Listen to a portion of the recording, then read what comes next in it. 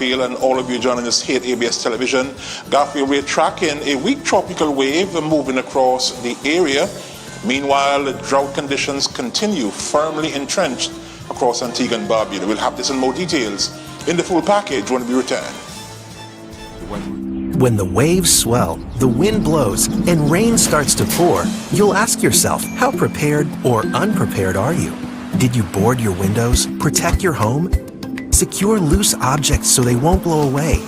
Bring large items in and low items up. If you're properly prepared, it will help in a big way.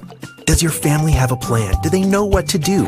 Is your emergency kit packed, waiting by the door for you? Just because you're not on the coast doesn't mean you're okay. Heavy winds and flooding can wash things away. When a hurricane is near, you need to stay safe. Turn on the radio.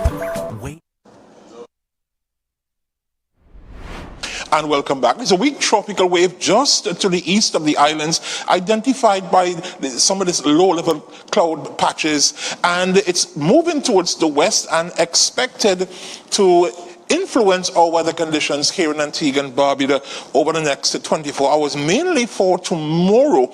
Even though much of the convection as it relates to this wave are currently across the southern portions of the Caribbean islands, we believe that the axis being anywhere around 18 degrees north, some of the convective activity will likely move across Antigua and Barbuda, mainly tomorrow after daybreak. Today we had partly cloudy skies. We had a high temperature of 33 degrees Celsius, 91 degrees Fahrenheit, quite a scorcher by Antiguan standards. The winds out of the east, not much of a reprieve because the winds have started to subside. We are still on 10.4 millimeters, or just about 41 parts of an inch. Drought conditions continuing across Antigua and the Barbuda, and no immediate let up or reprieve in the next month to even 3 months or so.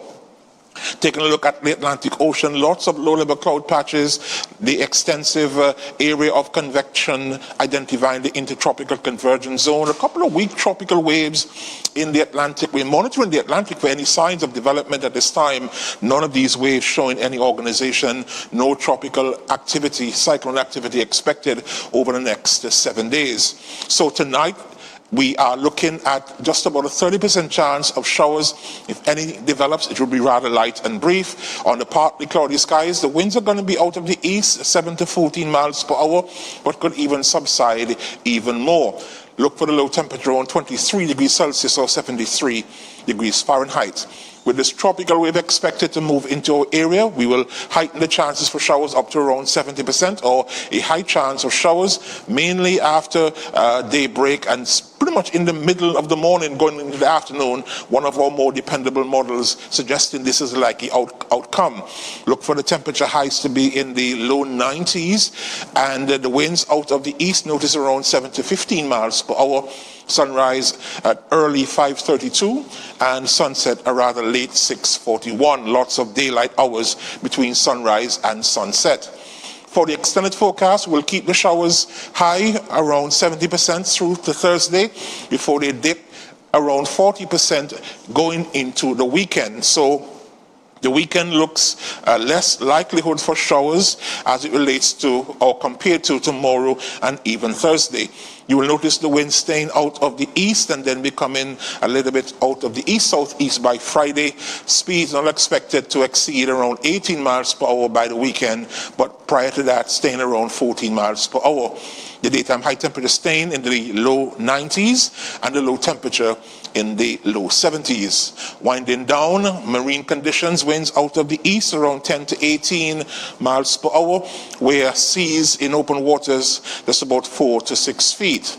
And finally, as we are looking at our next high and low tides, we expect a high tide tonight of 10 minutes after 11, and tomorrow morning the next low tide at 7:21.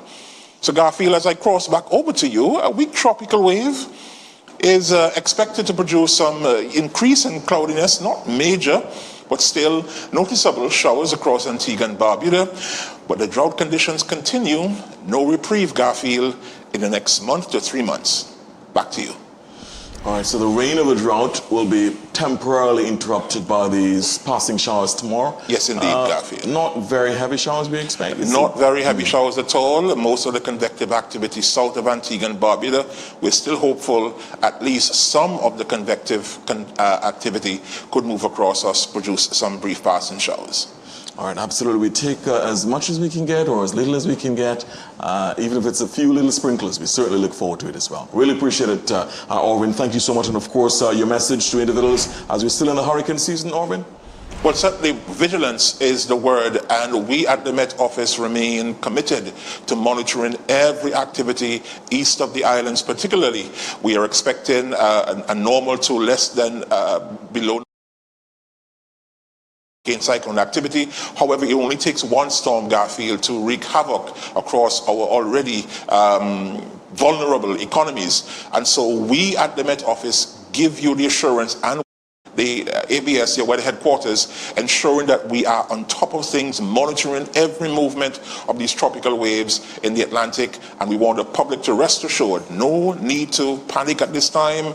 Just make sure that you are prepared just in case we have to mobilize. But you can count on the Met Office with ABS, your weather headquarters, to keep you up to date as we track every movement in this 2026 hurricane season.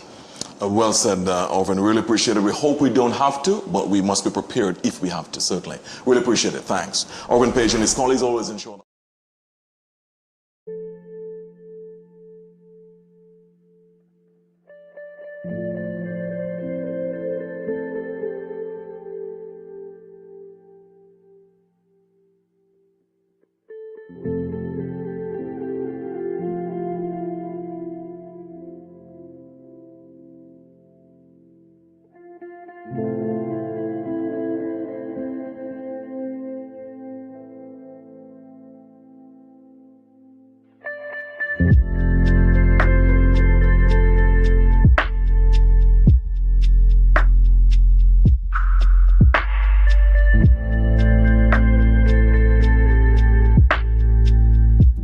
When the waves swell, the wind blows, and rain starts to pour, you'll ask yourself, how prepared or unprepared are you?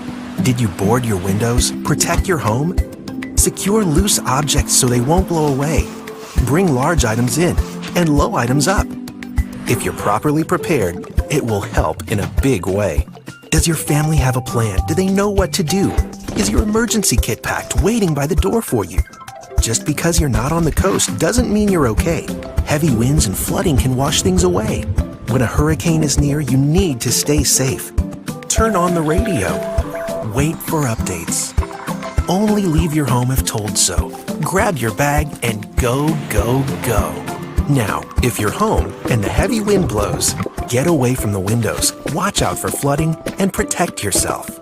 You may be without power for a couple days, but your emergency kit should help you to stay.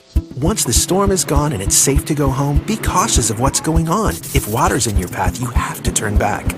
Dangerous electricity and things you can't see can hurt you very badly.